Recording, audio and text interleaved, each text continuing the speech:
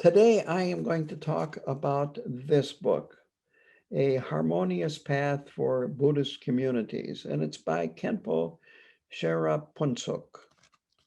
I had not heard of him before, but he is working under Trangu Rinpoche, and his home monastery is in Nepal in a center. It's actually a very large um, complex. I think that's a good word. And it is located by the cave that the Buddha in a previous life offered his body to a starving female tiger to help feed her and her cubs. And this book was given to the Hay River KTC by Khenpo Tenkyong when he came to visit last time. And he felt that it was important for members of the Sangha to read this book. And so I thought this would be a good topic to teach on today.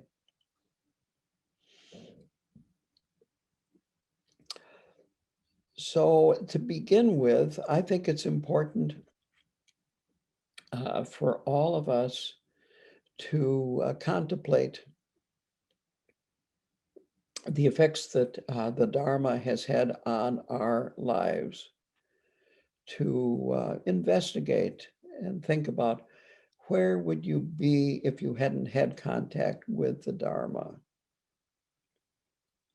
Have you benefited from the practice and the teachings and so forth? And what kind of benefits have you experienced? Are you happier? Are you having less emotional turmoil? Does a Buddhist community help you?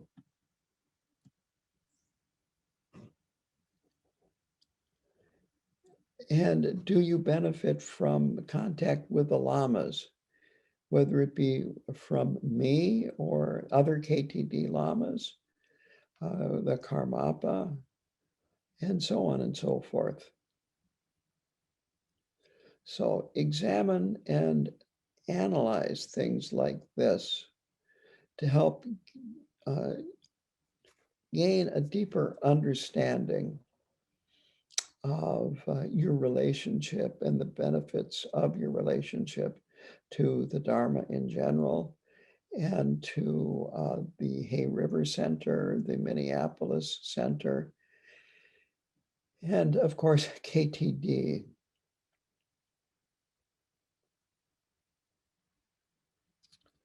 And what this can do is it can increase our motivation to learn, study, and practice. And it's also important to understand impermanence and to realize that these things, centers and lamas and so forth, are not permanent, that circumstances can change. And that is important to use them while you can, take advantage of them while you can, while the opportunity is there. And it's also important to think in terms of long term, to understand that what we are doing in this lifetime is actually preparing for future lives. That if you are interested in temporary happiness and temporary gains in this life solely, you're missing the whole point. That really the whole point of Dharma is to prepare for what will happen in the future. And the future can be endless if we don't prepare properly. And what endless means is one lifetime after another, after another, after another, till this universe ceases and is destroyed.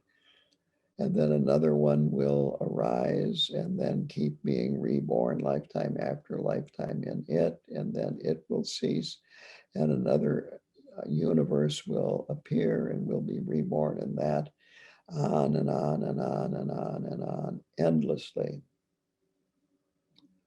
So having some difficulties in this lifetime when practicing the Dharma, studying, attending teachings, helping with the center and so forth are really pretty insignificant when you look at the alternative, which is endless suffering.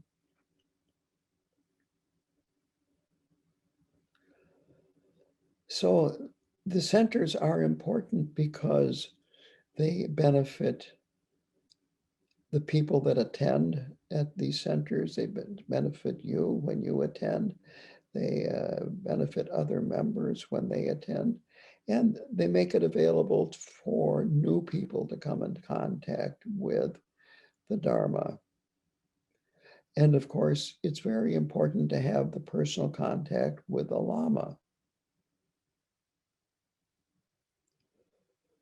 So for all of these reasons, it's really important to have a good connection with a center, a good connection with the Lama of that center, a good connection with the Lamas at KTD and Gyalwang Karmapa. And it's also important to remember that in doing all of these things, that you are creating a tremendous amount of merit for yourself and helping others create a tremendous amount of merit. And then, as always, it's good to dedicate the merit then to the benefit of others. Now, much of this book can be also applied to our mundane lives, our situations at home, at work, while driving, while shopping, and so forth.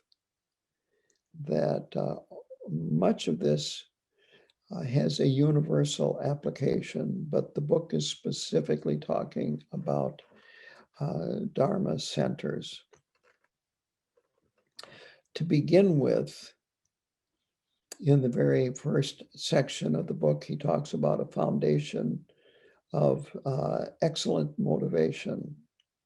So Dharma centers need to be begun with the intention of, I'm going to establish this, or we are going to establish this center to benefit all sentient beings, to bring them happiness and lead them on the path that goes to enlightenment.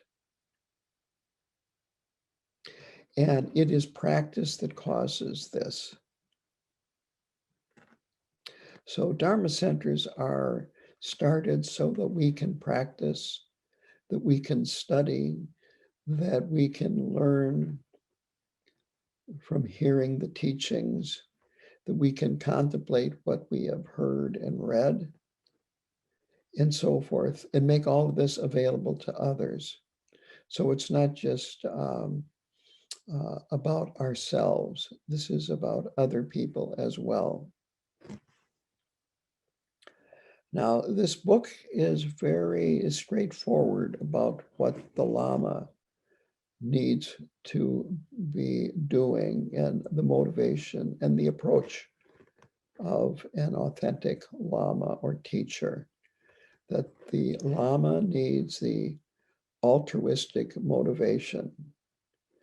That if a Lama is engaged in personal reasons such as fame, money, domination, adoring students, and so forth, this is impure motivation. And it makes it very difficult for the center to flourish.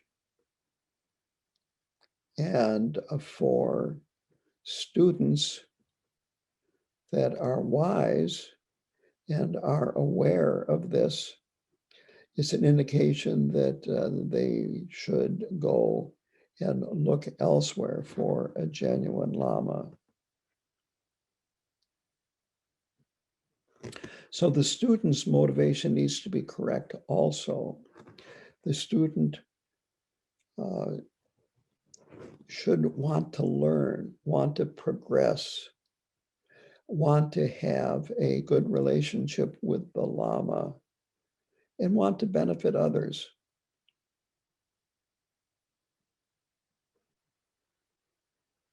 And a Lama, in the case of, in my case, look at me as a spiritual friend. I am not a Vajra master. And so look at me as a spiritual friend. And with that motivation about wanting to learn, practice, study, and so forth, and benefit others, that by attending and supporting centers, you can benefit the center and you can benefit others. And again, it makes the center available to people who may not have had any contact with the center in the past. So friendship is really important when you are with other members of the center. That along with that friendship, we can set a good example. We can encourage others and offer support when they need support.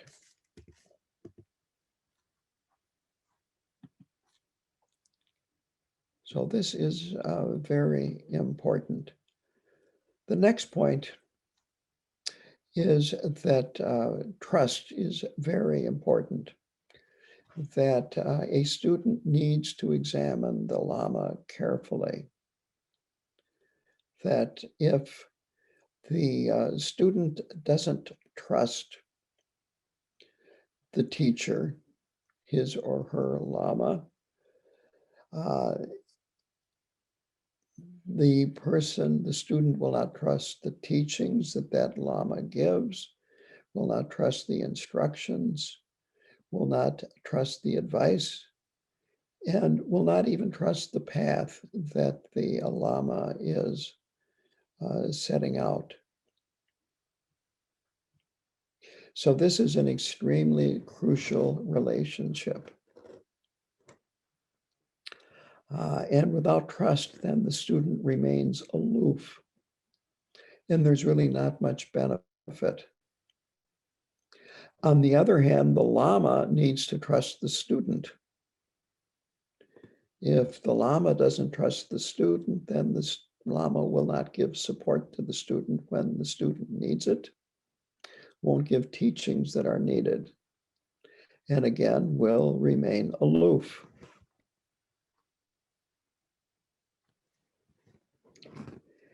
And this is not in the book, but I think it's really important that we need to trust ourselves in terms of trusting that we have Buddha nature,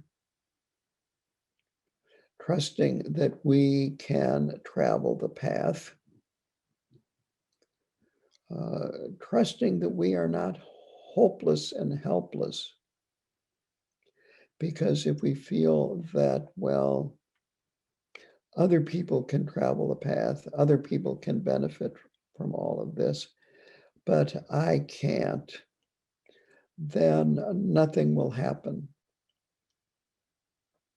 So you have to have a certain confidence in yourself and your own ability. And this can come little by little as you practice and start seeing benefits from the practice, start experiencing the results of your practice. So this is why trust is so important. The student trusting the Lama trusting the student, and the student trusting themselves and their own inherent Buddha nature and goodness. The next point is that it's extremely important to have loving kindness towards each other.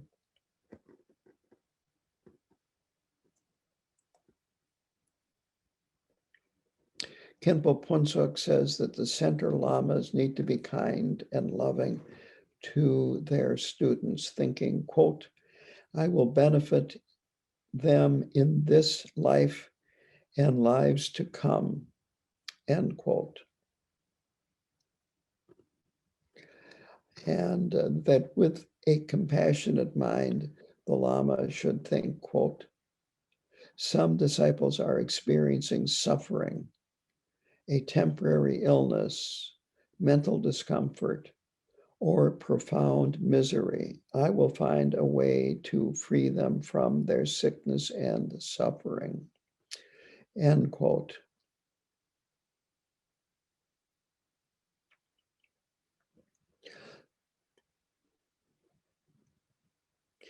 And then to look at it from the student's point of view, that if the Lama is genuine, the student's motivation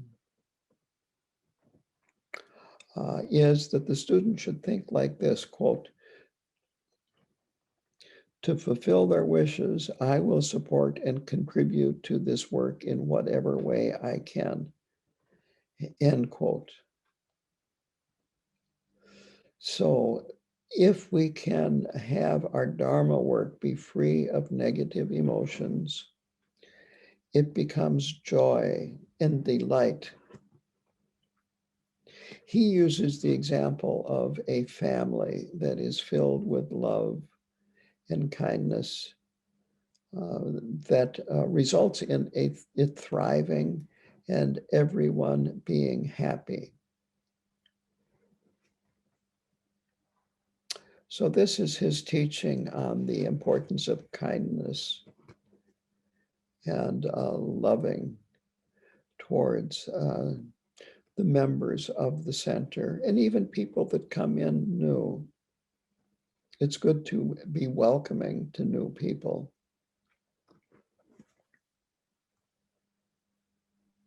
Then comes the need for good relationships. So, as I said, I am not a Vajra master. Khenpo Karta Rinpoche is a Vajra master. And Khenpo Ujin, he gives empowerments. He's a Vajra master. With the Vajra master, it's a more, it's a closer relationship if you are accepted by the Vajra master as a student, because now we're getting into Vajrayana practices. With me, as I said, I'm a spiritual friend, and what I teach are primarily Mahayana practices. The practices that we do, such as tomorrow we will do White Tara and so forth, these are considered fine to do in a group, even if you have not had an empowerment or instructions and so forth. And so I can lead those, but I do not give empowerments. So there's a different level of commitment, the difference between a spiritual friend and a Vajra master. A spiritual friend shows the path, answers questions, and through teaching and answering questions, having private interviews and so forth, help the student resolve doubt, reduce worry, guide them on the path, and so forth. And so the student needs to have confidence and courage. And this is based on being totally assured of the genuineness of the Lama and the teachings and the practices that the Lama gives. Quote, It is crucial to foster this relationship in harmony with the Dharma and rely on the Lama with genuine respect. End quote. And this is respect that is not because the Lama demands it, but because if you approach the Lama that way, you will be open to receiving teachings and blessings from the Lama and will progress most quickly.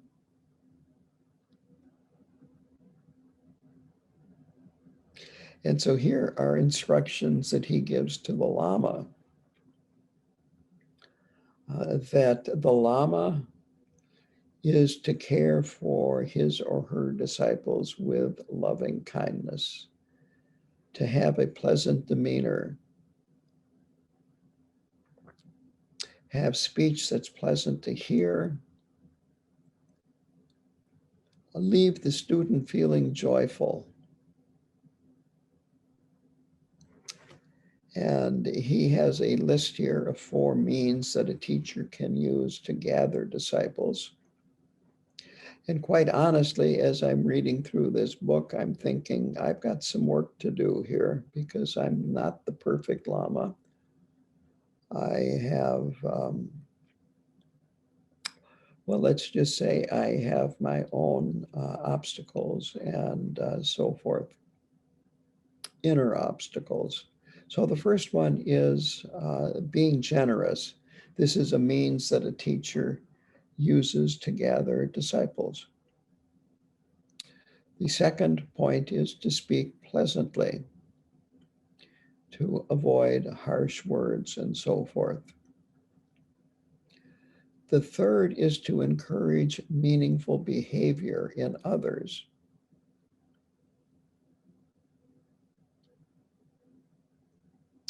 And then the fourth one is to avoid being a hypocrite and have consistency between their words that they're teaching and their actual actions of speech and mind. Now, the result of this is that people will come to the center, that they will turn away from some meaningless activities, that they will develop or increase their confidence in Dharma practice and study, and feel that their life has meaning.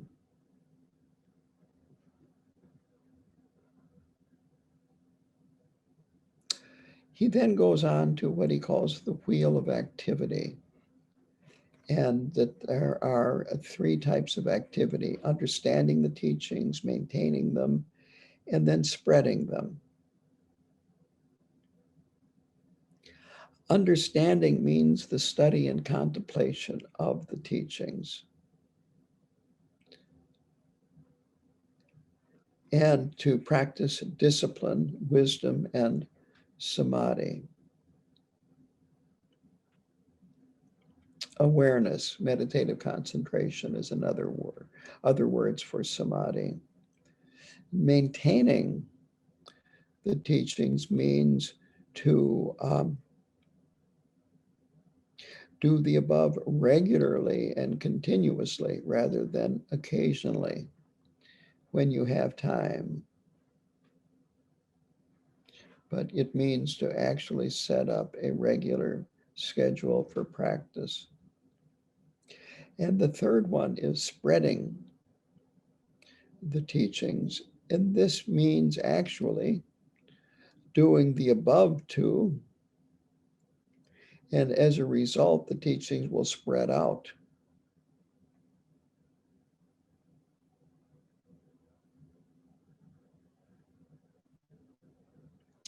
So first is understanding the teachings, then maintaining them, and then finally through understanding, maintaining them, practice, and so forth, the teachings will spread.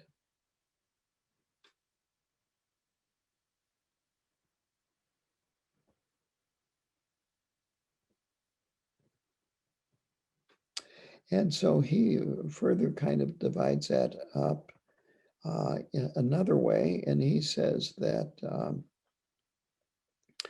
one important part of all of this is the study and contemplation, reading, and so forth. And nowadays, of course, there are lots of Dharma videos available online. And you can buy videos of teachings from the KTD bookstore and other places too. So this study and contemplation is very important.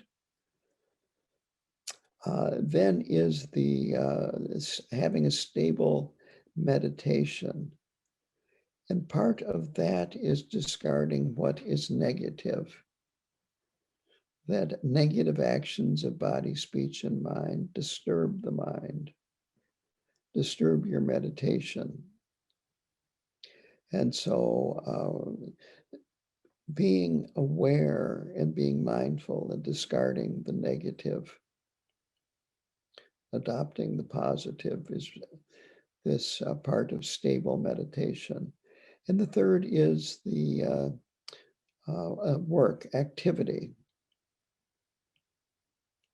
And what this means is that if we're going to spread the teachings to others, to get involved with the activity of the center, help it run, volunteer, you'll be creating a lot of merit, and then you've got more merit to dedicate to others. And of course, you will be benefiting many beings in ways that you are not really going to be aware of. The next point is the need to be direct and truthful. And so both the Lama and the members of the center need to be trustworthy, as I've already mentioned.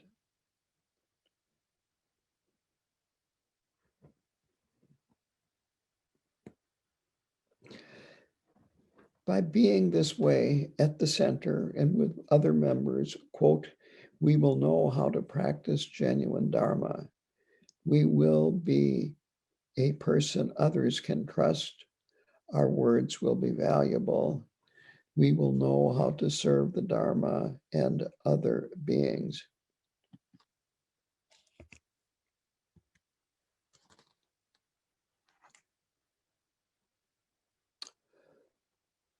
So I think that is quite clear. Then he goes back to having a good motivation before any activity that we engage in at the center or related to the center. So having positive motivation that is free of mental afflictions of all sorts, it's very important that without having this positive motivation, our actions will go in the wrong direction eventually, if not immediately. So we have to keep reminding ourselves that any activity that we are engaging in related to the center, that it is benefiting others, that it is making the Dharma available to others.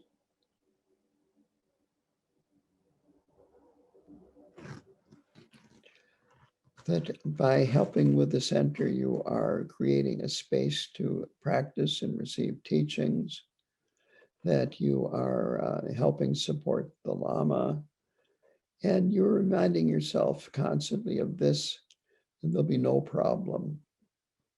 So maintain a certain mindfulness and alertness. And then over the years, gradually your motivation will improve.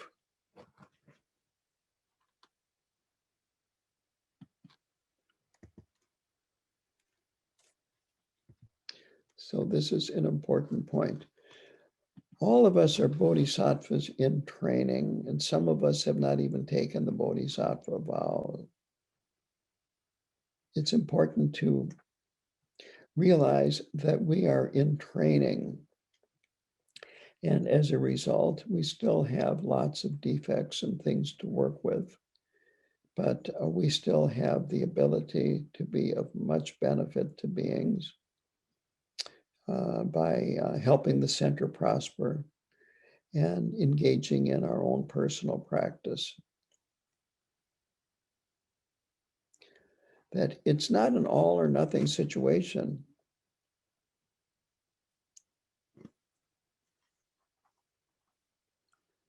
It's interesting that he brings up this point, and that is that, well, I'll just read the quote here. If we can train to have a good attitude, then having placed this imprint in our mind, in future lives, we can take a special rebirth in the form of a kind-hearted person, end quote.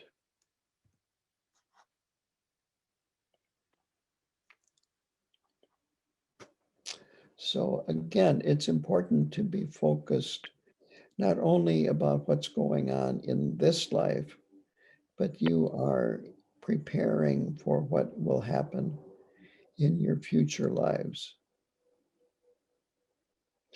And I want to add this, and that is that people can be difficult to work with sometimes.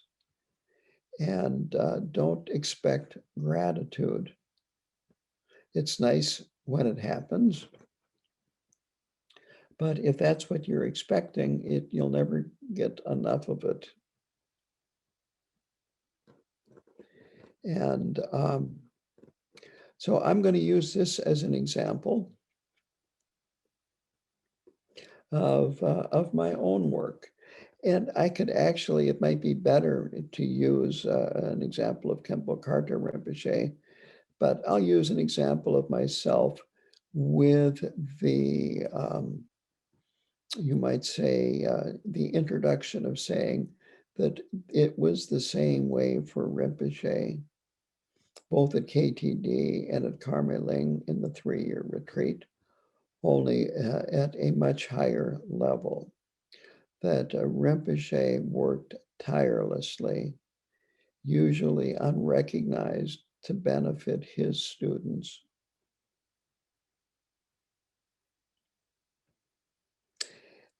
And so we can use these situations when we work for the center and are not recognized or not given a lot of thanks and so forth, to help work with our own feelings of self-importance, our own egos, and so forth. So the example that came to my mind when I was preparing this talk is that when I lead a Nyungne here, there's a lot of preparation that needs to be done. A lot of details need to be arranged in advance. And of course, I am the one that does a lot of that. And a part of it might be just setting up the cooks, letting Sherry know to send out something in the newsletter about it, and so forth. But then the shrine room needs to be cleaned. It needs to be set up. Tormas need to be made, and on and on and on and on and on. And so it usually takes me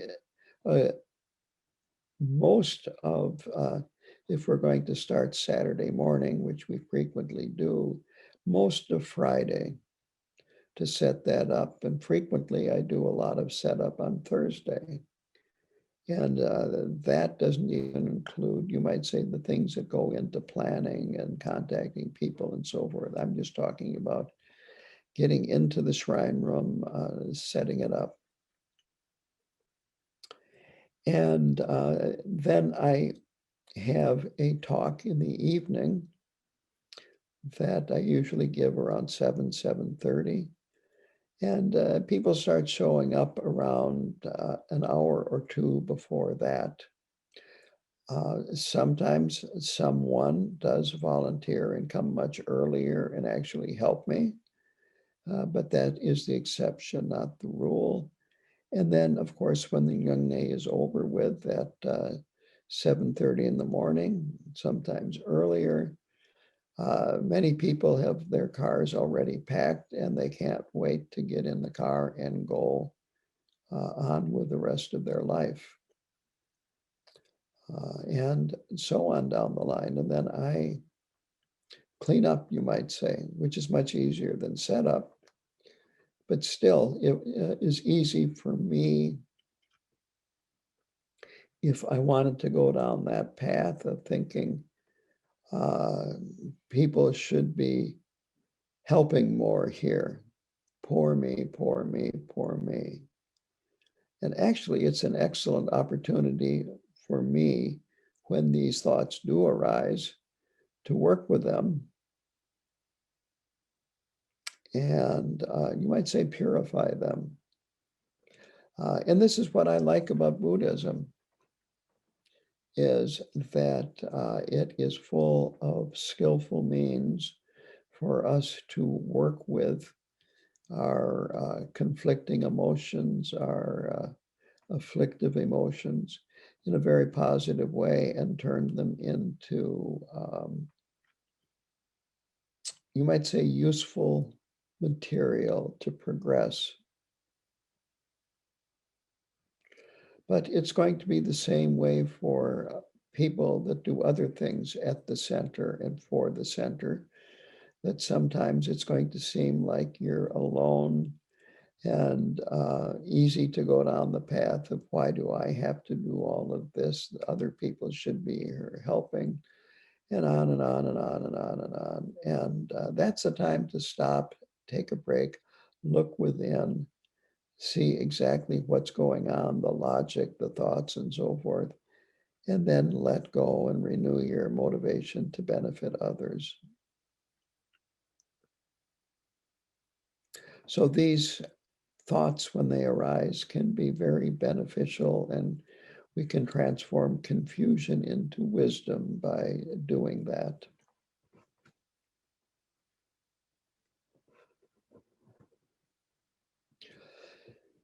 So the next section is developing our motivation to engage in the Dharma. And he says that the main objective in creating a Dharma center is to spread the Dharma so that many people and other beings can benefit.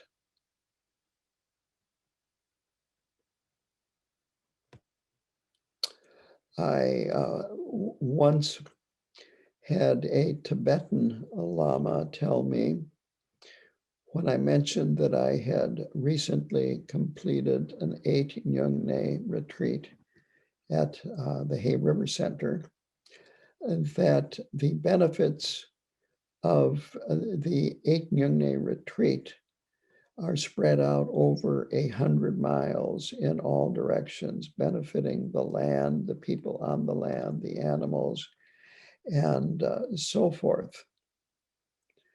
And it's important to remember this, that our activity is not kept within the building, that whatever we do there benefits the whole area. So if we can keep being mindful and alert, we can avoid self-centered thoughts and interests, keep them from tainting our activity. And at that point, then, if we can avoid them from touching our activity, changing our motivation, that what we do will harmonize with the Dharma.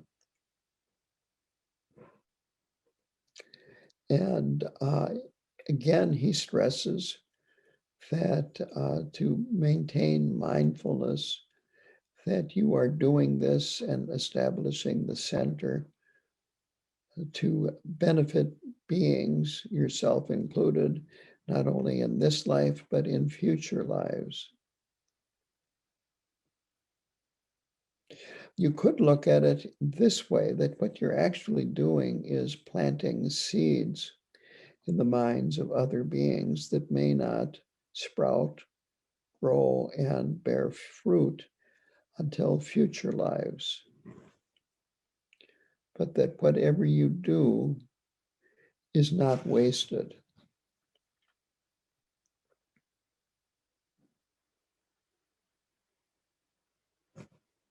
He then talks about how to speak with others, how to communicate with other members of the center, the Sangha.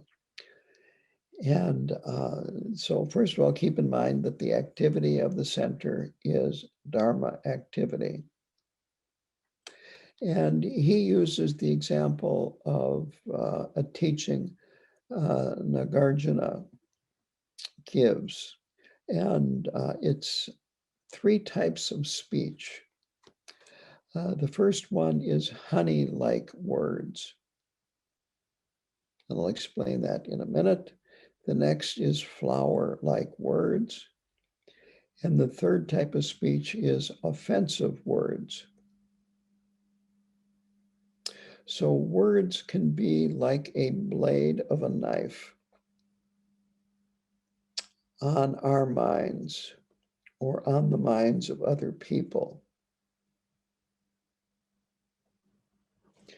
And so we want to avoid, you might say, rough words that cause misery and problems and distress in others. We don't want to disturb their minds, harm their minds. Gossip is a big problem also to avoid. And gossip is also pointless. So the first type of speech, this honey-like words, is to speak using pleasant words and in a pleasant tone of voice.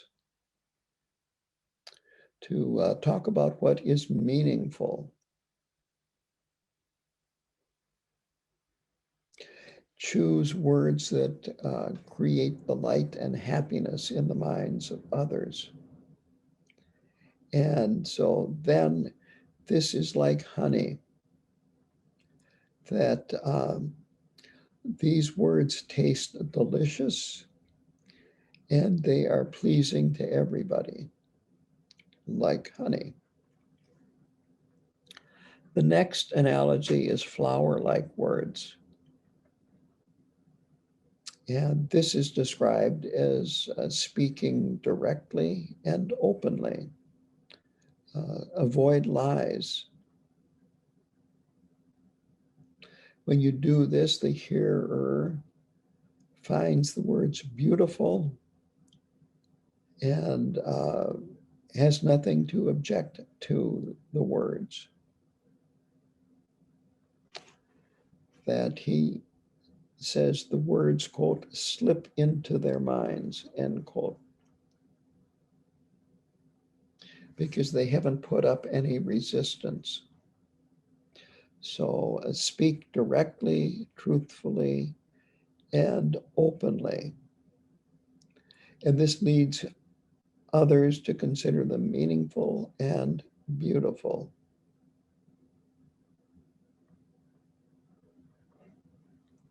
And so this is why it's compared to a flower, that other people find the words interesting and valuable, and like a flower has different subtle tones and delicate petals and so forth, that a beautiful flower appeals to everyone.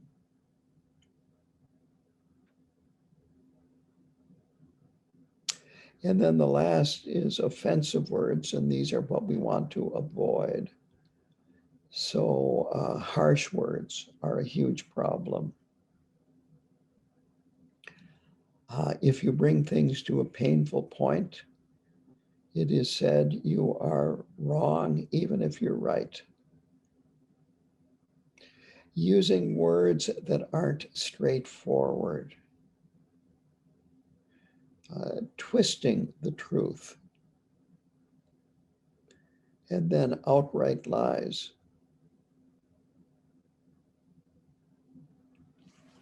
Praising ourselves or putting down others, this is a huge problem.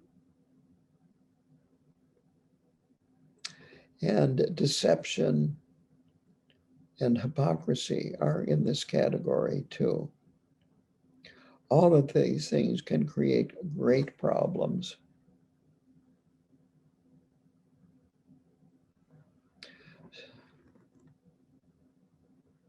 So here is a quote by Shantideva that he uses. When speaking, use words relevant and agreeable, pleasant to hear and with their meaning clear, free of attachment and free of hate. Speak with gentleness and moderation.